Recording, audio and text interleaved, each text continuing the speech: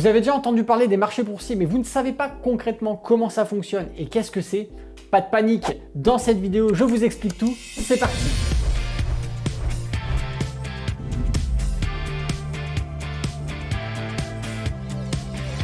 Bonjour à tous, c'est Alexandre, le trader indépendant, et on va voir ensemble qu'est-ce que c'est que les marchés boursiers. Avant d'aller plus loin, n'oubliez pas de mettre un petit pouce, de vous abonner à la chaîne YouTube et d'activer la cloche. Alors concrètement, qu'est-ce qu'un marché boursier?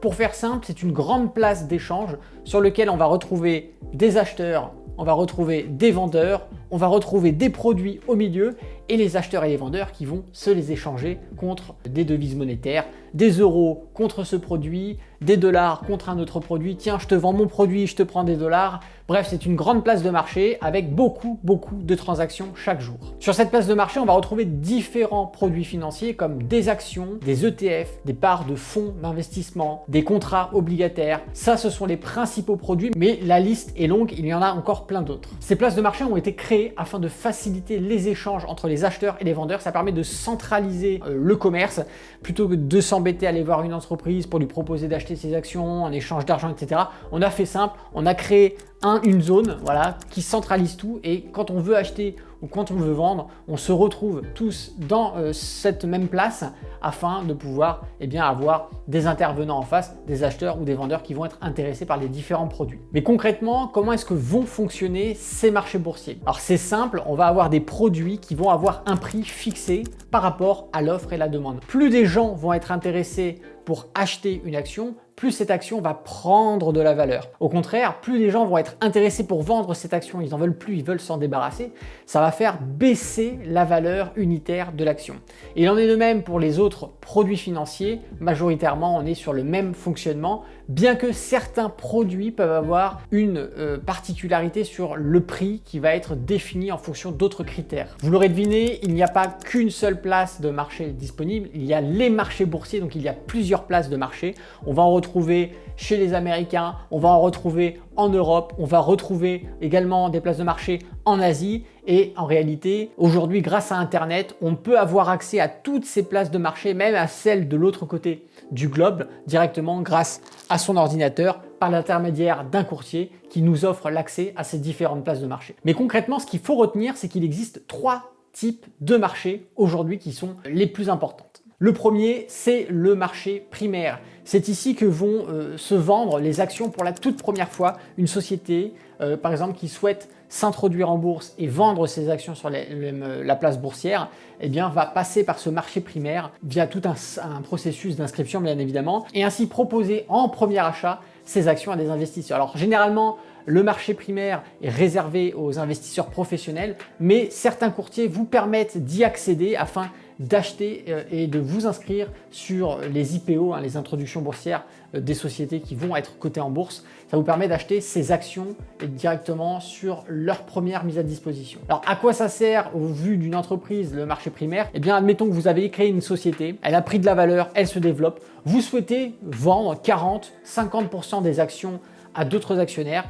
Alors, si vous connaissez du monde, vous pouvez faire ça directement d'ami à ami, sur une table avec des avocats, etc. Ou vous pouvez tout simplement mettre à disposition ces actions-là directement sur la place boursière via le marché primaire. Et donc, vous allez faire ce qu'on appelle une introduction en bourse. Et grâce à la mise en vente de 40 ou 50% ou plus, c'est vous qui déterminez le nombre d'actions de votre société que vous voulez mettre à disposition, vous allez récupérer des fonds. Vous allez pouvoir déterminer un prix de vente initial, et en échange de la vente de ces actions, vous allez pouvoir récupérer du cash et faire de ce que vous souhaitez de ce cash, recréer une société, réinvestir dans votre entreprise, etc. Ou alors partir à l'autre bout du monde, sous les tropiques, vous faire bronzer au soleil. Le deuxième type de marché que l'on va retrouver, c'est le marché secondaire. Alors vous l'aurez compris, le primaire, c'est là où les sociétés vont pour la toute première fois mettre en vente leurs actions. Le marché secondaire, c'est tout simplement l'à côté. C'est-à-dire que quand vous avez des gens qui ont acheté des actions sur le marché primaire, au moment où ils vont vouloir s'en débarrasser, les revendre pour récupérer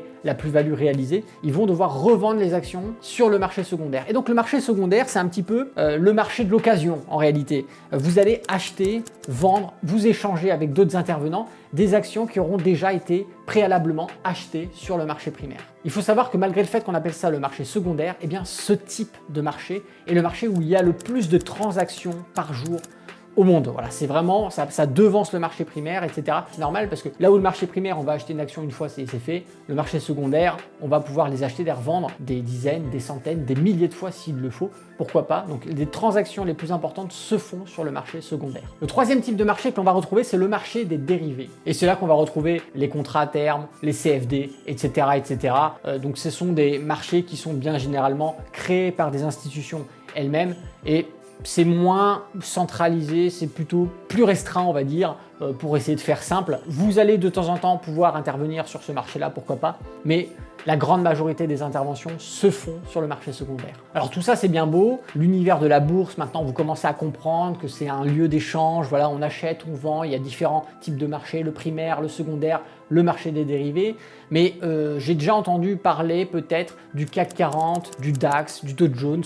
Qu'est-ce que c'est? On m'a dit que c'était des indices boursiers, mais je ne comprends pas exactement. Est-ce que ça a un rapport avec la bourse? Certainement. Eh bien oui, il faut savoir qu'en bourse, vous avez une multitude de sociétés, une multitude de produits qui sont disponibles à l'achat et à la vente. Et pour simplifier un petit peu, on va dire, la prise de température des marchés boursiers, on a décidé de créer des indices. Ces indices, ce sont en réalité un benchmark sur lequel on va tout simplement prendre différents types de secteurs, différentes actions, afin de créer des catégories qui vont avoir une cotation propre grâce à une méthode de calcul. Alors ce que je viens de vous dire, c'est un petit peu du charabia, mais pour faire simple, en réalité, pour avoir la performance des entreprises de France, par exemple, on va se référer au CAC 40, qui est l'indice de référence des 40 plus grosses sociétés françaises. Et donc, si le CAC 40 s'écroule, c'est que l'économie, du moins l'entrepreneuriat en France, eh bien, s'écroule aussi. Donc, c'est des éléments qui vont nous permettre, en tant qu'analyste financier ou même en tant que simple citoyen lambda qui s'intéresse un petit peu à l'économie, en regardant l'évolution d'un indice, vous allez pouvoir avoir la santé des sociétés d'un pays ou d'un secteur, comme par exemple le Nasdaq qui va refléter les sociétés tech américaines. Et ça va vous permettre de savoir si la tech en ce moment américaine est plutôt à la hausse ou à la baisse. Et on peut vraiment, grâce à ces indices-là, avoir vraiment de la sectorisation très précise, puisqu'on va avoir des indices qui vont refléter des domaines industriels, des domaines agricoles, de certains pays, de groupes de pays, de continents carrément. On a même un indice World qui permet d'avoir la santé globale au niveau international. Donc on trouve des indices pour tout et ces indices ont été créés justement pour pouvoir lire facilement la santé économique et l'évolution économique d'un secteur ou d'un pays en particulier. Alors les marchés boursiers, si vous écoutez certains discours politiques, sont décriés, certains disent que ça ne devrait pas exister, etc. Mais il faut savoir que l'évolution des sociétés que nous connaissons aujourd'hui, l'évolution technologique, l'évolution industrielle, le fait que nous ne soyons plus des hommes de caverne, que nous ne soyons plus à l'époque du Moyen-Âge et que nous puissions aujourd'hui vivre tous dans un univers où le confort n'a jamais été aussi important qu'il y a plusieurs centaines d'années, c'est grâce à l'évolution de la finance et justement à la mise en place de marchés boursiers. Car la bourse est ce qui a permis et ce qui permet encore aujourd'hui à des sociétés de se financer, de permettre leur croissance économique, de permettre leur croissance technologique et de pouvoir réinvestir également dans leur développement, dans la recherche de nouvelles technologies. Bref, la bourse est ce qui permet aux sociétés de croître grâce à des financements apportés par des éléments extérieurs. Et c'est gagnant-gagnant pour tout le monde, pour les sociétés qui ont besoin de financement dans leur développement, mais également pour des gens qui ont de l'argent à investir avec un retour sur investissement. Ça permet également, comme je vous l'ai dit tout à l'heure, grâce aux indices boursiers, de pouvoir prendre la température, de pouvoir avoir un indicateur ou des indicateurs qui peuvent servir pour analyser des situations diverses et variées dans le milieu de la finance. Alors je vous vois derrière votre écran, ça commence à vous intéresser, vous vous dites la bourse ça peut être intéressant, j'ai peut-être un peu d'économie de côté, j'aimerais bien investir, mais comment faire? La première des choses, c'est de rejoindre un courtier, ce qu'on appelle également un broker. Vous en avez plusieurs, Interactive Broker, DeGiro, Boursorama, etc., etc. Vous trouverez une multitude de courtiers sur Internet, mais je vous conseille quand même de rester sur les plus connus et les plus fiables, ceux qui existent déjà depuis plusieurs années, qui sont bien régulés, comme ça il n'y a pas de mauvaise surprise. Et grâce à ce courtier, vous allez pouvoir créer un compte, mettre de l'argent sur ce compte, et avec ce compte, ensuite investir en achetant des actions ou d'autres actifs boursiers qui peut exister. Alors bien évidemment, on n'achète pas une action au hasard, il y a toute une méthodologie pour savoir quelle action acheter et ça c'est exactement ce que l'on voit dans notre école Alex Trading. Les étudiants peuvent suivre des formations justement pour comprendre comment on analyse une action ou d'autres actifs boursiers et savoir si c'est intéressant d'acheter ou vendre. Mais à partir du moment où vous avez cette méthodologie et vous savez faire, vous pouvez, grâce à ce courtier et au compte que vous avez créé dessus, acheter tous les actifs boursiers qui vous intéressent. Alors bien évidemment, la bourse n'est pas sans risque. Vous avez déjà entendu parler de krach boursier, de sociétés qui déposent le bilan, etc. Tout investissement comporte un risque, même sur les marchés boursiers, sauf que l'avantage que l'on a avec la bourse, c'est qu'en un clic, vous pouvez acheter et généralement revendre assez rapidement, là où sur d'autres supports d'investissement comme l'immobilier ou d'autres choses un peu plus exotiques comme l'investissement dans le vin ou dans les diamants, etc. Là, parfois, vous pouvez avoir des soucis pour revendre puisque si vous n'avez pas d'acheteur en face, vu que c'est des marchés moins liquides, eh bien ça peut prendre du temps, notamment même l'immobilier. Vous avez beau avoir beaucoup d'acheteurs, par exemple pour ceux qui sont en région parisienne, vous avez les délais qui sont incompressibles que vous allez avoir avec le notaire, la visite du bien, etc. Toute la procédure de vente qui prend plusieurs mois. Et donc, si vous avez besoin de vendre dans l'urgence pour récupérer du cash, ces investissements-là vont être compliqués et vous mettre des bâtons dans les roues. Alors qu'en bourse, en quelques clics, encore une fois, comme je vous le dis, c'est fait. Vous vendez, vous récupérez votre argent. Bon, petite parenthèse, il peut arriver que sur les marchés boursiers, il y ait des problèmes de liquidité, mais c'est extrêmement rare en fonction des actifs que vous allez choisir. Bien évidemment, si vous les sélectionnez bien, vous n'avez pas trop de mauvaises surprises. Alors que sur les marchés immobiliers ou d'autres types d'investissements, les problèmes de liquidité vont être beaucoup plus fréquents. Et si l'investissement boursier t'intéresse, en haut à droite s'ouvre une petite fiche. Tu as également le lien dans la description pour rejoindre une formation qui va te permettre d'apprendre toutes les bases de l'investissement boursier.